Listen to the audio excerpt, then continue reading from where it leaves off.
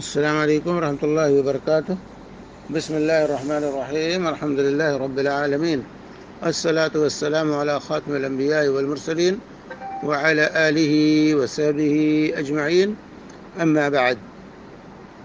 ایک بہن کا سوال ہے، کہتی ہیں اگر کوئی سعودیہ عرب میں وزٹ ویزے پر ہو اور وہ کسی دوسرے کے اقامے پر دھوکے سے حج کرنے جائے تو کیا اس کا حج قبول ہوگا؟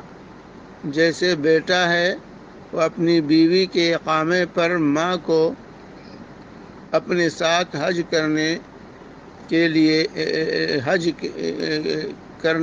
لے کر جائے تو کیا یہ جائز ہوگا، جبکہ ان کے شوہر زندہ نہیں ہیں اور ان کو اس طرح انڈیا سے اکیلے حج کے لیے نہیں بلا سکتے، تو کیا اس طرح سے حج کر سکتے ہیں؟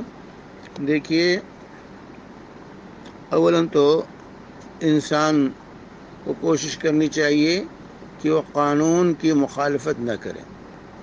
قانون کا پاس اور لحاظ رکھنا جو ہے یہ انتہائی ضروری ہے۔ جو ہے اس قانون کو توڑنا یہ اچھی بات نہیں ہے، قانون کا ساتھ دینا چاہیے۔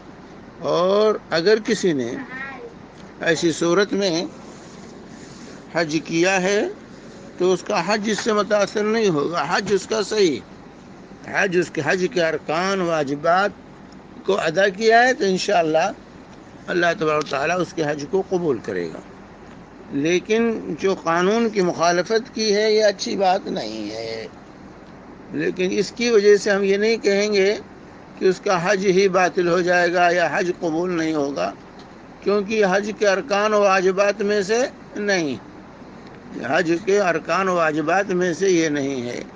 تو بہرحال اگر کسی نے اس طرح سے جیسا سوال میں ذکر کیا گیا ہے کہ وہاں خاتون پہنچی وزٹ ویزے پر اور اپنی بہو کے اقامے پر یا بیٹی کے اقامے پر، اور اس طرح سے وہ جو ہے قانون سے بچتے ہوئے اس نے جو ہے حج کر لیا تو اس کا حج صحیح، اس کا حج انشاءاللہ صحیح ہے۔ اور اگر جو ہے اس کے ارکان واجبات اور آداب کا خیال رکھا گیا ہے تو انشاءاللہ اللہ تعالیٰ اس کے حج کو قبول کرے گا۔ وصلی اللہ علی نبینا محمد وعلی آلہ وصحبہ وسلم۔